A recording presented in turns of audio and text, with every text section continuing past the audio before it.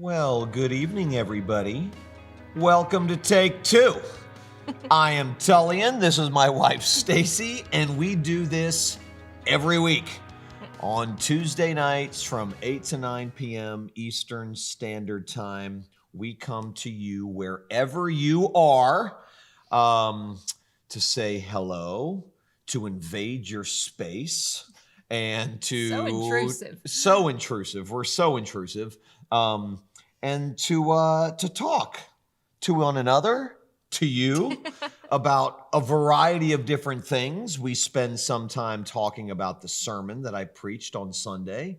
We discuss it. We unpack it a little bit further. Time answering questions that you may have submitted during the week. We spend some time talking about life in Jupiter, Florida. Sometimes we talk about our family. Sometimes we talk about our problems. Sometimes we talk about our hobbies. Sometimes we talk about a wide variety of things. This is entirely unscripted. We do not operate with a script on Tuesday nights, and we do that on purpose. We want to keep it very organic. So let us know where you're watching from in the comment section. Let us know who you are, where you're watching from. If you have a question or a comment, there is a link at the top of the page, and if you hit it, it will take you to a form where you can submit a question or make a comment or something like that. I think that's all of the administrative details that they need to know. Anything I'm forgetting? I don't think so. So, Stacie, how are you tonight? I'm doing pretty swell. Yeah? We had a busy day of meetings here and At the church? At the church. Yep. We have our meeting Tuesdays, our meeting days. And then I went home for a run and watered my flowers. So it's been super exciting. I've had a couple conversations with a couple ladies today about different things. So that's been my Tuesday. Yeah. Yeah. Mine was similar, except I only had one meeting here at the church that we were all part of together. You had at least a half meeting with Daniel. Yeah. Like 1.5. Right. Yeah. So I had a 1.5 meetings here at the church, and then I had a great lunch with 5 different guys. And I'm usually good for about an hour and 15 minutes in terms of a meeting, and this lunch went for about 2.5 hours, and Which it seemed almost like a record for you. It is almost a record for me, but it seemed like it was an hour and 15 minutes because the conversation was extremely rich. I was sitting with a group of guys, 2 of whom go to our church and 3 of whom do not. But we were talking about recovery, and their ministry specifically is geared toward men and women who have some sort of sexual addiction. And so they were talking to me about that and sort of informing me about what they do. And we are always very much here at the sanctuary looking to build bridges with other recovery ministries or recovery places, because we believe that our church is a recovery place. In fact, I told these guys at lunch, and we've talked about it many times, that the sanctuary is a recovery place masquerading as a church. That's one sort of humorous way that I put it. But we believe with all of our hearts that every church ought to be a recovery place, because every human being is in recovery. You don't have to have a substance abuse problem or a sex addiction problem to be in recovery. If you are a human being, you are in recovery. You are a broken person living with other broken people in a broken world, and that means we are all in recovery. And our hope and our prayer, and a huge part of the mission and the vision of the sanctuary, is for this local church, anyway, the sanctuary, to recover the original intent that God had for the church, that this would be a sanctuary, a refuge, a haven for sinners to hear about an amazingly gracious Savior. And so, anyway, that was part of my day, spending time with those guys. Yeah. And you went for a run, and I went to the gym and got my butt kicked. And so I'm sitting here extremely sore. Right before we started, we were sitting here and I jumped up to grab something. And it took me a solid 45 seconds to get out of this chair because I'm in so much And there was pain. also a loud moaning. Yes, as I got up out of the chair, Right. like, oh. When I'm in the gym, I go to a gym where it's like a class. So it's kind of like a CrossFit type gym, not like a gym where I'm just working out by myself. So you're being pushed by people around you. You're all doing the same stuff, and it's very intense.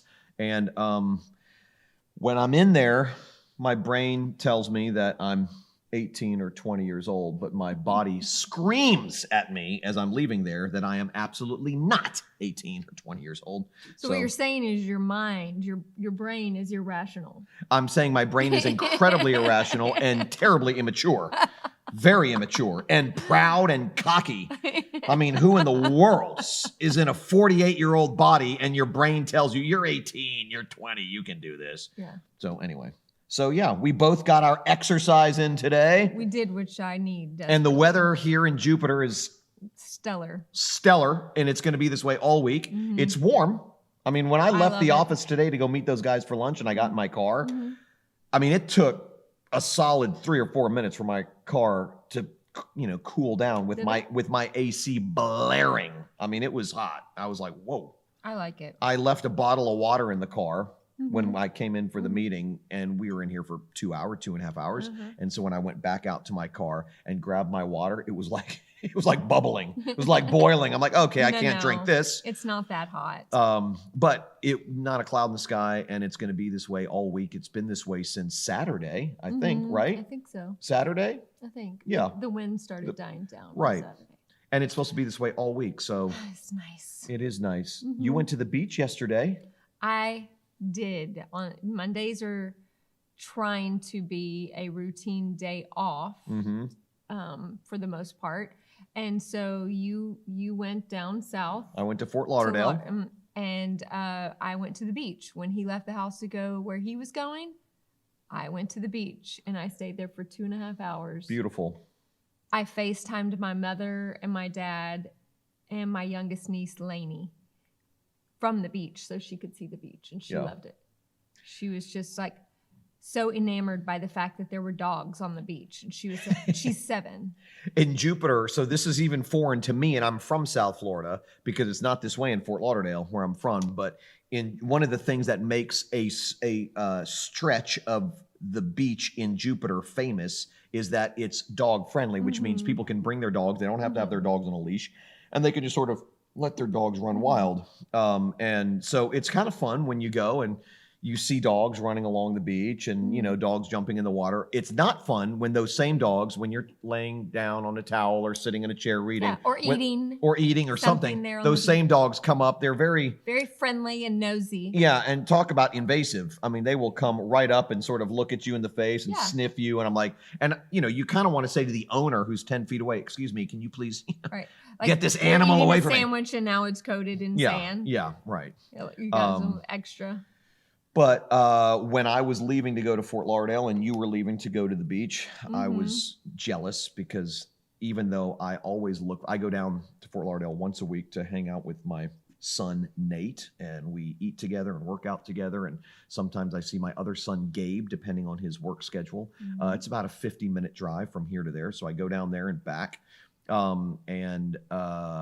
I love to see them and I love to do that, but there was something inside of me yesterday when you were leaving to go to the beach and I was getting ready to make that 50-minute drive. I was like, I kind of wish I was just going across the street to the beach instead. But anyway, so that was... And Lainey, my niece, she did say, "Where's Tutu?" Because that's his nickname, his grandpa name, but also... my childhood nickname. Yeah, Lainey calls him Tutu also.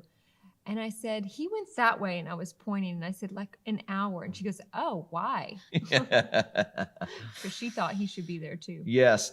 Tutu thought he should be there too. We had a great weekend. We always give them a bit of a report in terms of what happened. So many of you who don't live here feel very much a part of our church, even though you don't live in Jupiter or you don't live in South Florida. You can't attend physically, but you are faithful in your attendance in other ways and in your commitments in other ways. So for those of you who don't get to be here, we like to give you a brief report on how the weekend went. My friend Samuel Down was here to lead worship from Dallas. Mm-hmm. So he's from Fort Worth. Fort Worth, yes. He wants me to clarify that. He flies out of Dallas. Right. Yeah. I was glad he said that, because every time you go, I go Fort Worth. People, they don't want to say that. I know, but that's sinful. That's like that. I don't want to be associated with those Dallas people. That's very prideful. Is it not? Is it not? It's being you tell specific. Me. Right. No, Daniel. It's like saying you're from, like, Samuel. Stewart. We're not. They would say. They would say Fort Worth people. I don't want to get into this. Yeah. Anyway, so where was I going with? Samuel was here. But let me tell you briefly about our worship situation, which is incredibly unique, and we are incredibly blessed. So I have a few buddies who don't live in the area, who live in other parts of the country. Samuel lives in Fort Worth. Yes. My friend Stephen Miller, who I've known for 10 years, lives in Nashville, Tennessee. My friend Trey Heffinger lives in Jacksonville, and Florida. In Jacksonville, Florida, right, which is about 3.5 hours north of here.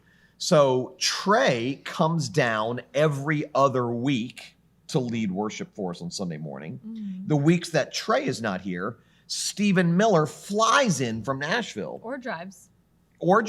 He drove the last time. He has 7 kids. He drove with all of his kids this last time. So on the weeks that Trey's not here, Stephen's here. And then there have been 3 occasions where neither of them could be here, and Samuel flew in. Right. So rather than have one guy, right now, rather than having one guy who leads every week, we have 2 guys, sometimes 3 guys, who come in every other week. Their styles are very similar. They're all incredibly gifted, ridiculously gifted, anointed worship leaders, all of them. And it's just a gift to our church. I mean, all 3 of their families feel like they are a part of our church, even from a distance. Yeah. They are very much committed to our church, even though they don't live here, not just by coming here. They tithe here. This is their church, even though they're not here every week. They can't be here every week. So we trust that in God's timing, we will have a guy full-time here, every week. But in the meantime, this is working out remarkably well. And it just is amazing. One more piece of evidence that God moves in mysterious ways. We were praying for a solution, and God went above and beyond the call of duty and gave us a 3-headed solution. So we're very grateful for that. So Samuel, the one from Fort Worth, was here this past week, and he's just the live stream is still up. The live stream from Sunday is still up on my Facebook page and the Sanctuary Facebook page. You can go back and listen to it. The sound never translates as good as it is over the live stream ever in any church I've ever been in over the live stream as it does in person. But I mean, the mood in the room was just powerful on Sunday morning. The 3rd song we sang in the set was Reign Above It All. Yes, which I had never heard before until Samuel. The first time I heard it was when Samuel did it the last time he was here. And so I requested him to do it again. And I mean, it was right before I got up to preach. He did this song, and I'm in the front row just literally crying. I don't cry easily, but I was just like weeping. And so, then he prays, and I got to get up. But it was powerful. It really, really was powerful. It was. Look at this. Gabriel Tchividjian. I know. I told him hi. Gabe, this is my oldest son is watching. Gabe, I love you. I miss you. I saw that you called me today while I was eating lunch, and I called you back, but your lunch break was over. So Gabe, I'll call you when we're done here. Okay, son? I have not talked to him in like a week. I texted him like 2 days ago, and I'm like, dude, I miss you. I love you. Where are you? Call me, text me, shoot a flare, something. He's 26 years old and lives about an hour south. So anyway. Yeah, I saw he was watching earlier, so I just said, Gabe. I love that boy. Gosh, man. Yes, I see that. That's awesome. Yep, I absolutely love that boy. Anything else? You go. No, you go. No. No, please. No, after you. No, please, after you. I don't know what I was going to say. This is our last week of Take Two. As we break for the summer, we're breaking for the summer. Is this the last Tuesday in May? Is this the last Tuesday in May? Yes. If this is the last Tuesday, 31st. Okay, so this is the last Tuesday in May, which means that this is our last Take Two as we break for the summer. We're getting ready to take a break from all of our midweek activities for the summer because we're doing some traveling. A lot of other people are doing some traveling, and the summertime, because of that, is just a good time for everybody to kind of take a step back, take a deep breath and sort of regain some energetic composure. Yes. So we won't be seeing you after tonight for a while. You can see us because we will still be live streaming every Sunday morning at 10:30 a.m. Eastern Standard Time, and you can join us there. And of course, my Facebook page and the Sanctuary Facebook page and the Sanctuary YouTube channel will all be continuing to produce content for you, so you'll be able to stay in touch that way. But as far as Stacie and I go, we won't be doing this next Tuesday or throughout the summer. Yeah. So anyway. Yeah, it's kind of sad. Not really, but it's kind of sad. A little weepy about it. Huh? Yeah, I'm a little weepy about it. Yes, I can tell. Look, Glenn Paraday's here. Yeah. We're getting comments. I love Glenn. Glenn Paraday and I have known each other for a long time. Glenn, shout out to you, my brother, for watching. Okay. What next? I was going to remind everybody to like and share and follow the Sanctuary YouTube page specifically, because a lot of people don't have social media, but you can like and share and follow the YouTube page, and you can copy the link to it and share it in a text or an email to someone that you know. If you really love what you hear at the Sanctuary, that's one of the easiest ways you can share what you hear without having to say anything except share a link. So you can share the YouTube channel, you can share our Facebook page channels, Tullian's or the Sanctuaries. And so I just encourage you to do that because it means a lot to share the gospel with someone. It's the most important message they could hear, and that's a very easy way to share it. So that's my plug for that. Yes. Share, like the Sanctuary YouTube channel, the Sanctuary Facebook page, and Tullian. That would be me, Facebook page. All of the above. All right. Yeah. So let's talk about my sermon from this past week. Yes, because I'm super excited to talk about it, honestly. Really? Good. I'm not. So go ahead. You do all the talking. So I preached from Luke chapter 15. Okay, so 2 weeks ago I preached from Luke chapter 15. Right. And I preached on the first two parables, which was the parable of the lost sheep and the parable of the lost coin. Right. Which I preached on not this past Sunday, but the Sunday before that. And we talked about those parables here last Tuesday. This week, I finished Luke chapter 15 by preaching on the parable of the lost son, or the parable of the prodigal son. Jesus tells three parables back to back in Luke chapter 15. And he tells those three parables in response to the self-righteous grumbling of the religious leaders who were appalled that Jesus was attracting and embracing social outcasts and moral failures. So in Luke chapter 15, verses 1 and 2, it says, "Now the tax collectors and sinners were gathering around to hear Jesus, but the scribes and the Pharisees were appalled, saying, 'This man welcomes sinners and eats with them.'" So they were distraught by the fact that Jesus was embracing and welcoming these kinds of people, this moral filth, in their opinion. And so in response to that grumbling, he tells these three parables. So what's interesting, and the reason that's interesting, is because what that it gives us a clue on how to interpret these parables. Because Jesus's primary audience, the reason he's telling the parables, his primary audience are the scribes and the Pharisees, the religious people. He wants them to see that they are no better than the moral filth, in their opinion, that Jesus is attracting. So he tells these three stories. And in the parable of the prodigal son, which either tied with the Good Samaritan or maybe second to the Good Samaritan or just above the Good Samaritan, I think those are his two most famous parables. Those are the parables that pretty much anybody knows, whether you've been in church, not been in church, grown up around Christianity or not. At somewhere along the way, you've heard about the parable of the Good Samaritan and you've heard about the parable of the prodigal son. And so I preached on the parable of the lost son, the parable of the prodigal son. And I did so this past week in the middle of a series that I've entitled Irreligious. That was this past Sunday was part 7 of this series that I'm doing entitled Irreligious, where I'm looking at a variety of different episodes, stories, parables in the Gospels, showing how Jesus, is that what I just said?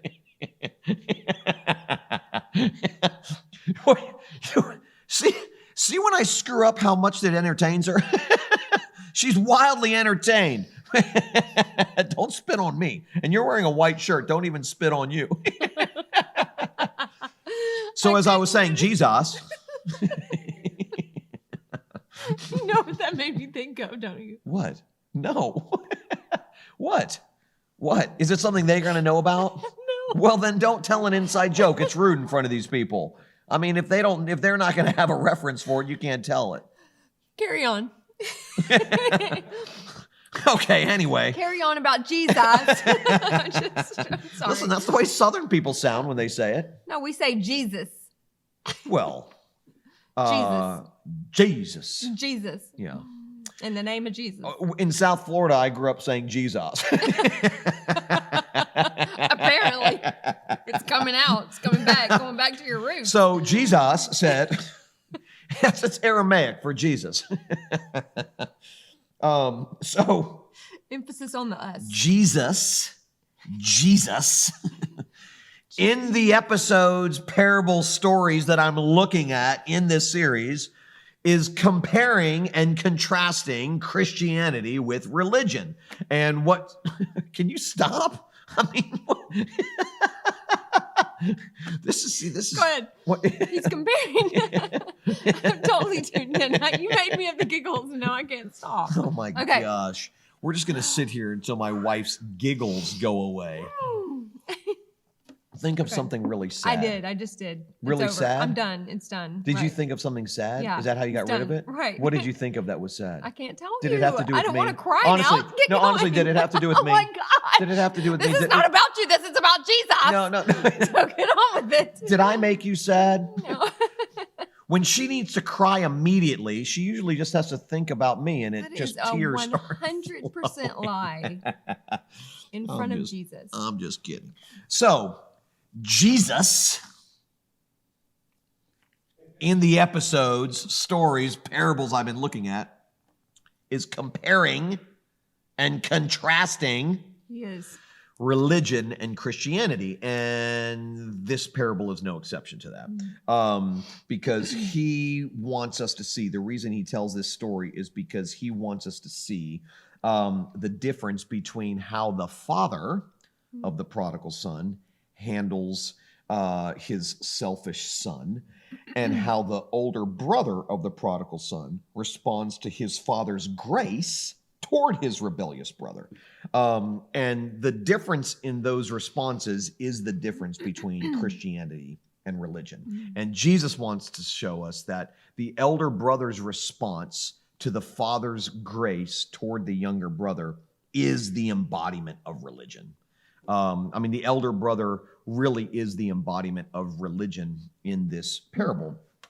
And so we kind of, started with that and unpacked that. And, everybody at that point in the sermon's kind of like nodding their head like, yeah, that makes sense. This is, I mean, I can see his, right. the older brother is irate by the fact that after his younger brother came home, wasting all of his father's money in the far country on partying and prostitutes, comes home and rather than getting disciplined by his father welcomes him back with open arms and throws him a party.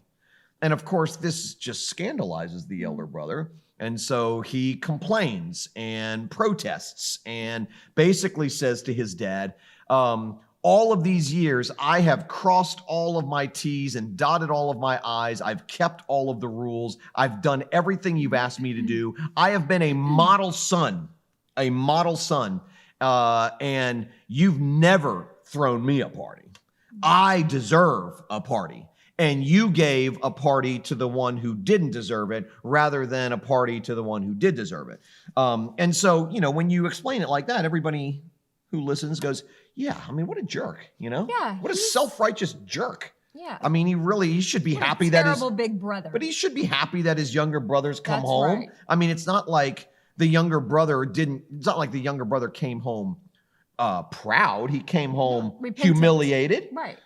He came home very needy. In fact, as he was rehearsing his speech that he was going to give his father when he went home, he was saying, I'm going to convince my dad that I am no longer worthy to be treated like a son, but maybe at the very least he will treat me like a slave because the slaves in my father's house are being treated better than me at this point. He was working for a pig farmer and eating pig food in a pigsty.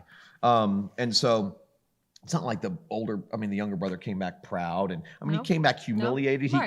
He came back beaten down by all of the horizontal consequences of his sin in the far country. That's right. And I've said on numerous occasions, I don't think I said it this Sunday, but I've said on a variety of different occasions over the years that flight from God always leads to the pigsty. Always. You can run from God, and the Bible says that sin is pleasurable for a season, but when that season comes to an end, you're left with a gaping hole in your soul that only God is big enough to fill. And flight from God always leads to the pigsty. And that's what happened to this brother. And so you would hope that the older brother would be happy, would be ecstatic. Oh, my younger brother finally learned, he sowed his wild oats. He suffered the consequences of his foolish decisions. And now he's come home more humble than he was when he left. Right. This is a good thing. Not so. His brother was irate. He was angry. He felt like he deserved more than the younger brother because he was a rule keeper and the younger brother was a rule breaker. And so I said, right as I had everybody in the palm of my hand really believing that, yeah, this guy's a real jerk, I dropped the bomb on myself and everybody else in the room and basically said, however much we may not like this guy, we're a lot more like him than we care to admit. Most of us, all of us, are much more like the elder brother than we care to admit. That however much we love grace with our lips, our hearts are religious to the core. In fact, we are addicted, I said on Sunday morning, to religious logic. Okay, so I want to talk about that for just a couple minutes because this is really sort of the crux of the whole parable. Jesus wants us to see ourselves like the elder brother. He wants us to identify with the older brother. Yes, he does. And the reason that we are religious to the core is because religion allows us to be in control of our lives. It promises that if we can do certain things and meet certain standards and become a certain way, that we will earn the life we deserve. That was the elder brother's problem. He felt like he had kept all of the rules and done everything that was asked of him, and therefore his rule keeping obligated the father to bless him, to throw him a party. We actually love this stuff. Give me 3 steps to a happy marriage and I can guarantee myself a happy marriage if I just follow these 3 steps. I mean, religious logic keeps life formulaic. It keeps life predictable. It keeps earning power in our camp. It obligates God to do certain things for us if we do certain things for him. So this logic makes sense to us. So the real question is not how to avoid becoming like the elder brother. The question is how to recover from being the elder brother that we already are. And the only antidote to that kind of self-righteousness, believe it or not, is grace. So if the elder brother is the embodiment of religion, the father is the embodiment of Christianity, because like the father, Christianity is all about grace. And grace absolutely defies religious logic. I mean, grace feels risky. Religion feels safe. It's formulaic. Grace feels risky. Religion's all about moral order. I said on Sunday that grace feels like moral vertigo. It seems to turn everything that makes sense inside out and upside down. Grace feels like chaos. It's scary because grace has nothing to do with earning or merit or deservedness. In fact, grace is actually opposed to what is owed. So that's what was so confounding to the elder brother, and that's what is so confounding to us. This is what the elder brother couldn't get his head around. This is what we can't get our heads around. Because for his rule-breaking younger brother to be thrown a party just enraged this guy. And to bring it home to us, I talked a little bit about how grace frustrates us too. We love it when we get it, but we don't like it when people who we don't think deserve it get it from God. We can't stand it. We complain too. God, I've done all of this and I've done all of that, and I deserve better than what I'm getting. This guy seems to be screwing up at every turn, and he seems to be getting better than I do. I'm getting better than I have. His life seems better than mine, blah, blah, blah, blah. Religion is something that may offend us because it tells us what to do. It gives us a list of rules, do's and don'ts, and we don't like do's and don'ts. We don't like lists of rules. But grace tends to offend us even more because it tells us that there's nothing we can do. And if there is one thing that offends us more than being told what to do, it's being told that we can't do anything, that we can't earn anything. That's why we so naturally resist grace, because it has nothing to do with us and our efforts, and it wrestles control and leverage out of our hands. We can't buy God's blessing with our goodness, and that absolutely drives us nuts. So the currency of keeping rules and being good and getting to the top and succeeding is no good in God's economy. God is not obligated to do anything for us because we've been good or kept the rules or whatever we think good is or whatever we think rule keeping may be. And so we talked a little bit. I concluded the sermon by just talking about how scandalous it was for both the religious people in Jesus's day and for us that it was the most extravagant sinners of Jesus's day that received his most compassionate welcome. And the point, and I clarified this, the point is not that we should sin more. It's not the point.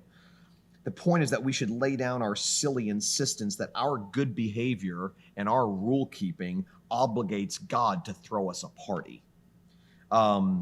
That God's love for us and his acceptance of us is an undeserved gift, pure and simple, that we might insist on trying to pay. We might insist on believing that our rule keeping and our being good obligates him to do certain things for us. The motto of religion is do good, get good. Do bad, get bad. And I concluded the sermon by reading this quote from Bono, like the lead singer of U2, Bono. And I'll read it for you guys in case you missed it. This was in an interview that he did. I forget which magazine it was, but this was an interview he did many years ago. He said, "At the center of all religions is the idea of karma. What you put out comes back to you. An eye for an eye, a tooth for a tooth, so on and so forth. It's clear to me," he says, "that karma is at the very heart of the universe. And yet, along comes this idea called grace to upend all of that as you reap, so you will sow stuff. Grace defies reason. Love interrupts the consequences of your actions, which in my case, he says, is very good news indeed, because I've done a lot of stupid stuff. I'd be in big trouble if karma was going to finally be my judge. It doesn't excuse my mistakes, but I'm holding out for grace. I'm holding out that Jesus took my sins onto the cross because I know who I am, and I sure hope I don't have to depend on my own religiosity. I mean, ridiculously insightful. Bono recognizes that if our goodness, our rule keeping at the end of the day is what we're banking on, we're all in really big trouble.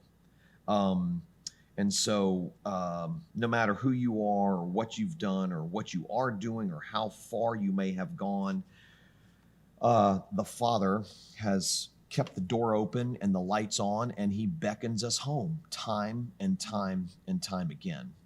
And that's really the point that Jesus was making in all three of the parables, just from a different angle. Yeah, I was thinking about these yesterday while I was on the beach. And one of the things that I thought about that I hadn't before about all three of these parables, in the lost sheep, the lost coin, and the lost son, sheep do not choose their shepherd. A coin does not choose its owner, and a son does not choose his father.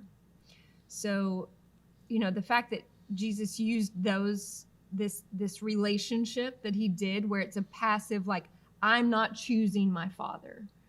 You're as the son, we're not choosing who our father is. He has chosen us, and that goes back to another, like before, like the other stories that you've used in this whole series. So go back and watch all of them. But that he's always doing the seeking and the saving. He's seeking and saving. He's Right. choosing. He's making the choice. And we're passive in that. Yes. And so even both of these sons, they didn't choose their father, and they see the value of their father as something other than it is. So the younger brother sees the value of the father being like, he's a means to my end. Like the things I want He's a that bank. I think that are going to give me life are give me my money, give me my inheritance, so I can go find life in these things that are, that I think are valuable. Mm-hmm. The older son is finding his value in his good works and what he can do and how he can earn and deserve and find merit in his works. So they just look very different, but they actually are doing the exact same thing. They're Mhm. finding life in something other than the actual valuable thing that they've been given by their father, Mhm. which is his unconditional love and life that he's actually given them. And the fact that both of them are passive, they didn't choose their roles, but they're using their father as a means to find life in their own, ways. And that life and the law does its work on the younger brother, and he decides to come back home because he knows the love of the father is Mhm. actually there. And then we see the older brother and his whole entire, meltdown of like, I'm not even going into the party. Like, Mhm. I can't believe that you're throwing him a party after how he's acted, and I've been the good one. Mhm. And I just love that Jesus uses that. And in each of those parables, he talks about at the very end of each of them, like, this person was lost and they're found. Like, Mhm. and this is what we do.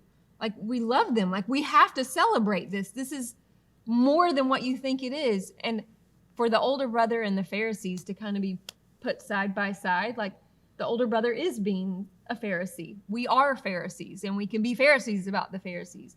But because they weren't seeing the sinners that were coming and flocking to Jesus and wanting to draw near to him as people who are repentant, turning away from themselves, like where I've gone to find life away from my Father, my Heavenly Father. I'm turning away from, like, the love of my Father has turned me away from that. And he keeps reiterating this.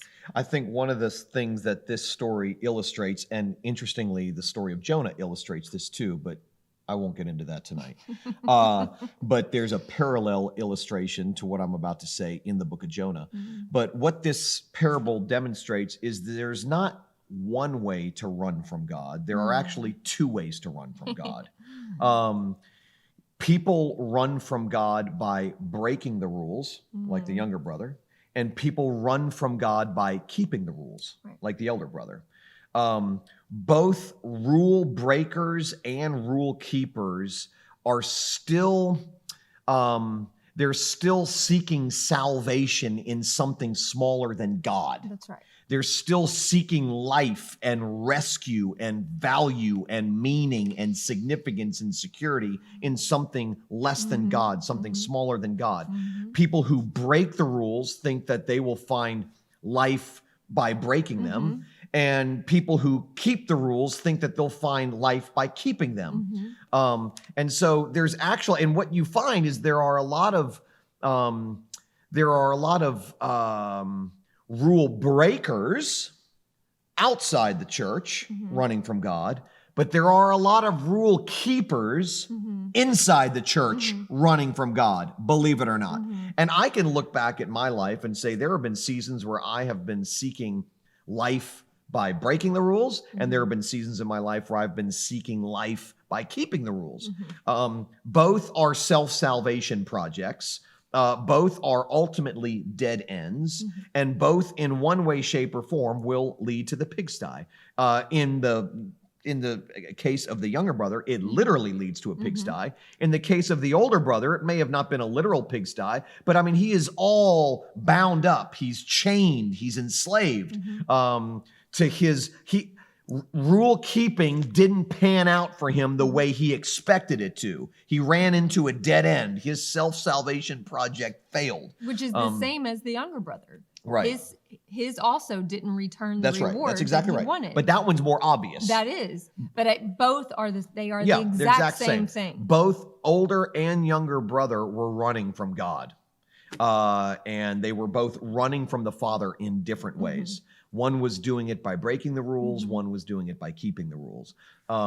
So I think in any way, in any case, this story steers us away from the rule-breaking self-salvation project that many of us are prone to at different times, or the rule-keeping self-salvation project that many of us are prone to at different times and in different ways. It just shows our innate self-centeredness in both of the brothers that consume us. Yeah.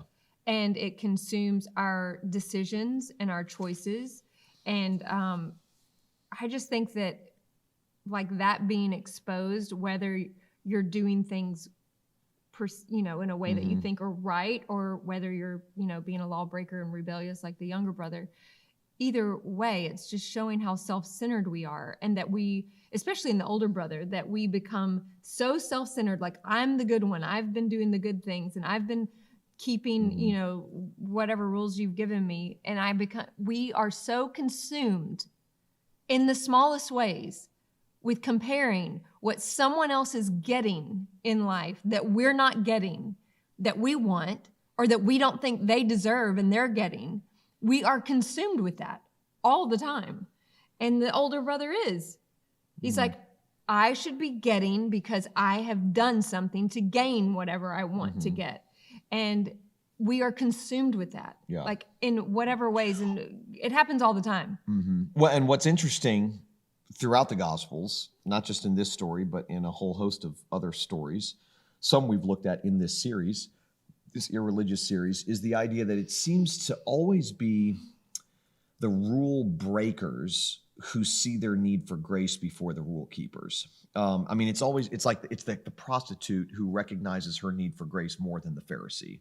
It's the rule-breaking younger brother who recognizes his need for grace more so than the rule-keeping older brother.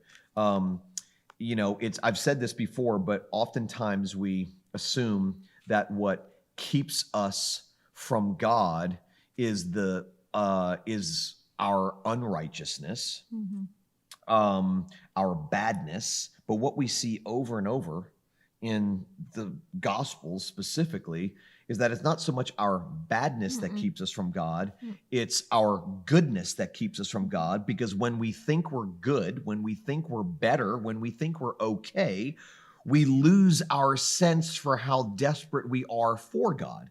Right, that's the point. Like Sure. this is in this scripture when it says, after he had spent everything, the younger brother, there was a severe famine in that whole country, and he began to be in need. Mm-hmm. And then it goes on, and at the end it says, he even wanted to eat what the pigs were eating to fill his stomach, but no one gave him anything. So he was in need. Right. He's Dire starving. straits. And like that is whenever and however and wherever we feel need. Yeah. To a point of desperation, that gift of desperation that we often talk about. No matter what it is, that's the place that we finally go, okay, what I need, I cannot get now from all of, Right. whatever ways I've been trying to get it by being good and keeping the rules and climbing the ladder or, run into things that are just unfulfilling and empty and dark, whatever it is. Mm-hmm. It doesn't matter. It's always the need. Like eventually we're going to, it's unsustainable if it's not God. It's unsustainable. Yeah. So it's just, I remember when this sort of this idea that there's more than one way to run from God. And one of the ways is very obvious. We see people really screwing up their lives. We see people making some really bad decisions, whether it's a family member, a friend, someone that we know, someone that we love, maybe ourselves at different times in our lives, where the rule-breaking form of running from God is explicit. It's obvious. It's overt. But the rule-keeping way of running from God is much more covert. It's much more subtle. It's less also obvious. Much more acceptable. Sure, it's a lot more acceptable. It's almost championed. Right. Honestly. Yeah. It's encouraged. Like those people who are running away like the younger brother were all like, no, don't go do that. That's a bad idea. Don't go that way. Which it is. Because it'll land you in a pigsty. It is. But the answer other to that way is not this. We champion things like that. Yeah. We applaud. Oh, yes, good, dude. Yes, good. Yes, we applaud that. That's a problem. When I was in second grade, I won in one of our chapels, believe it or not. My mother can testify to this. Mom, if you're watching or you watch later, please comment in the comment section, verify this story, that I won the Christian Character Award for the spring semester. Okay, believe it or not. Yes. And it was one of many experiences I had growing up in Christian schools. The others predominantly were not being awarded the Christian Character Award, but were spent time in detention or in the principal's office or whatever. Back in my day, in the olden days, they would even paddle us in a Christian school. Tops. Paddle us, okay? That's right. I mean, like teachers would spank me, okay? Anyway. That's right. I can't imagine that happening today, but the last time I got paddled, okay, I was in 9th grade. 9th. I mean, I was 14 years old. The principal spanked me, okay? I'm like, he would be in prison right now. Anyway, whether that's a good thing or a bad thing, I'll leave that up for you guys to debate. But that was most of my experience growing up. But what was interesting is that the kids who sort of kept all the rules, did all the right things, got the good grades, blah, blah, blah, blah, blah. I mean, they were heralded as model citizens in our Christian schools. And, they were put up on pedestals and they were shown explicit favoritism. And yet I was doing stuff with these same kids on the weekends that were anything but Christian, okay? Right. Just the kinds of stuff you imagine 13, 14, 15-year-old, teenage boys and girls doing and just, smoking weed, whatever, all the bad stuff. Everybody, but, as long as you could keep the rules and appear as a rule keeper and, check all the boxes and all of that stuff. It wasn't just that you were, hey, good job. It was, you are a real Christian. Right. Like a real Christian looks like that.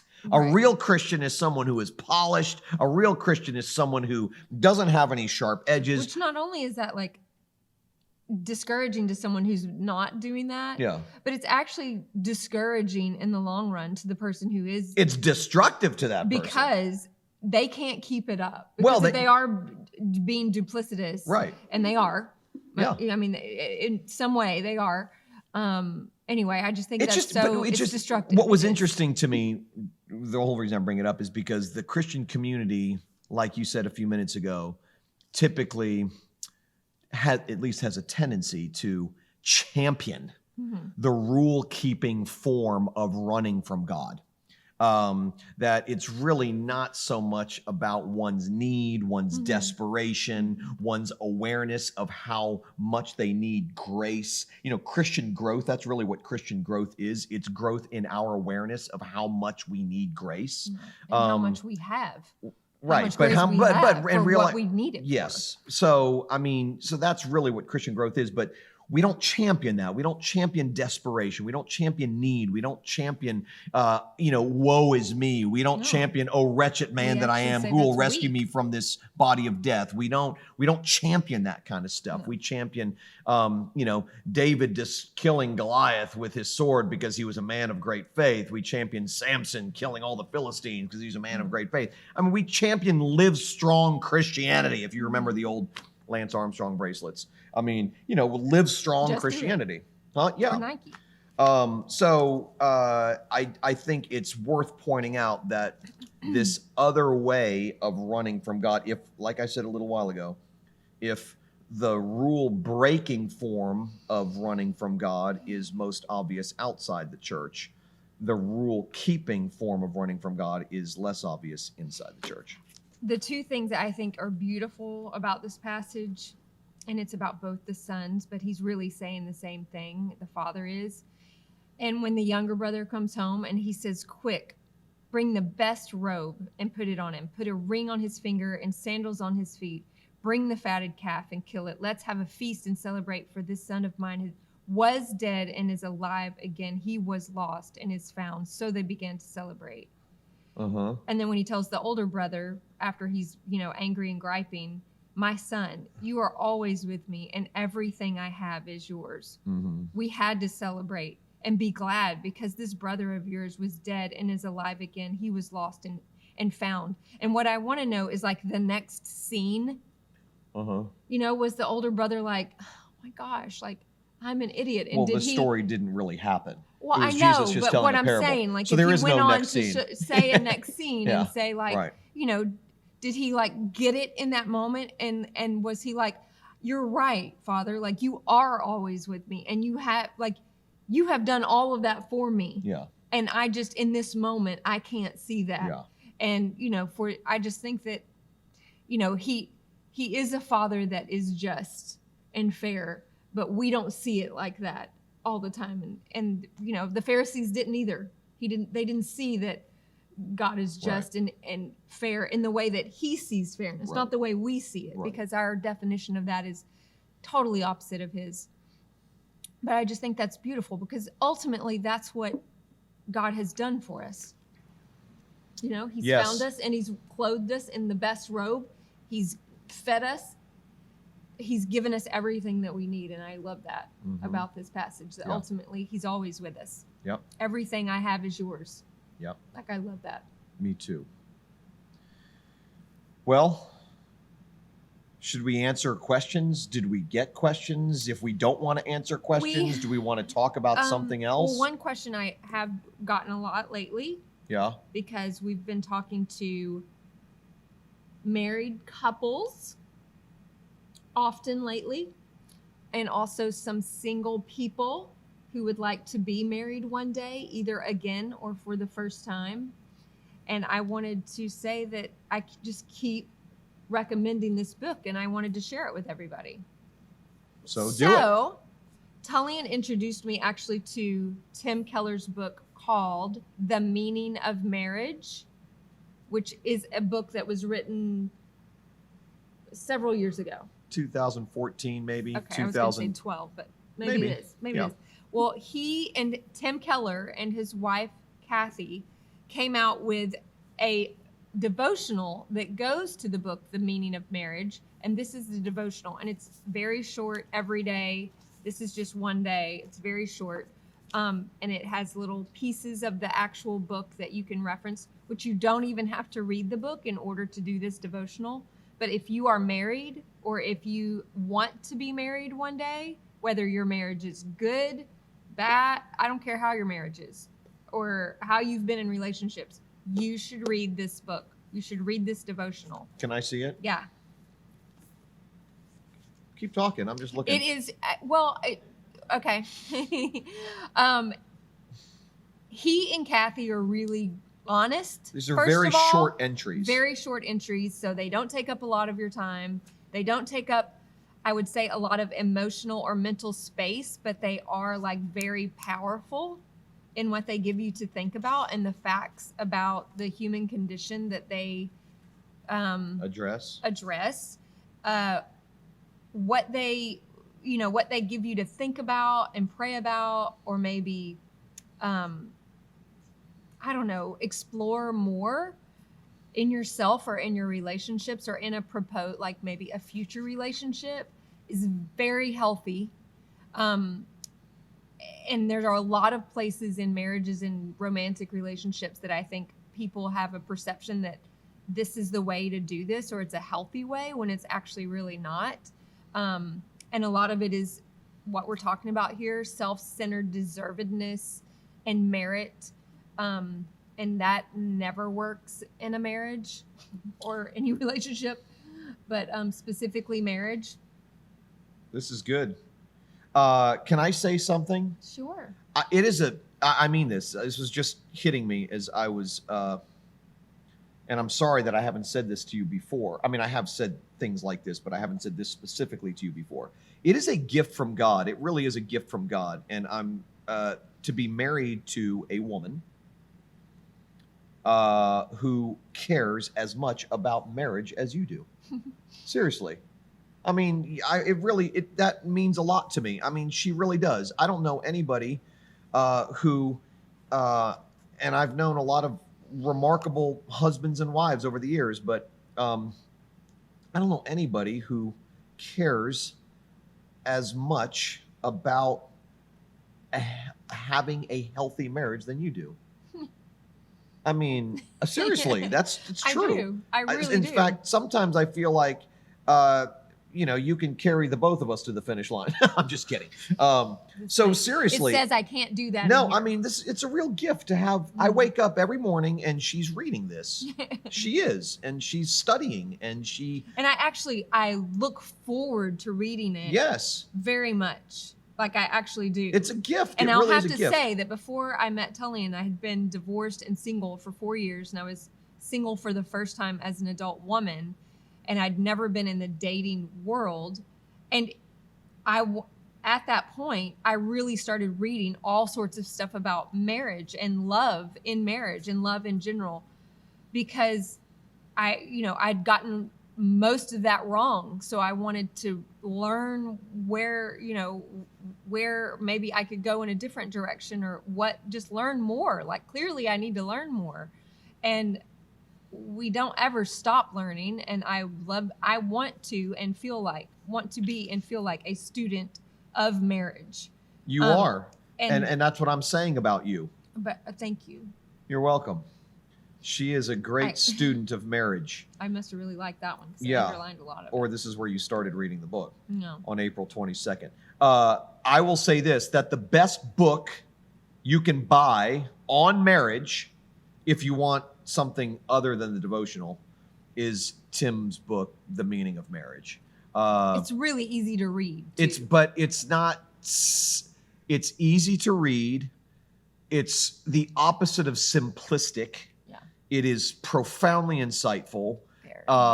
He really understands the human condition and recognizes that marriage is the union of two sinners in need of daily distributions of grace.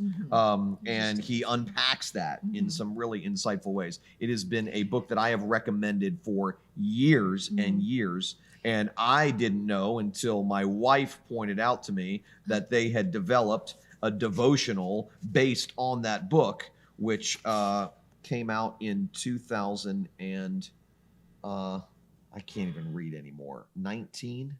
2019, I think. Yeah. This? Yeah, came out in 2019. Well, also, I would have to say that a lot of what they say, like I'm saying, if you want to be married, if you are married, read it. I'm going to borrow this for a while, honey. Sorry, I'll give it back when I'm done. But you absolutely cannot do that. But it also is very insightful and helpful in any other relationship that you have. Yes. Because what it's saying is true about a man and a woman in marriage is true in general about a man or like another person. It's true. And they note that sometimes and they just say it's good just stuff. Really good. Yeah. And I just encourage you to read it. I encourage you to read it too. Yeah. Young people that want to be married one day. Yep. It's very good. Yep. Old people that are married, whatever, whoever, read it.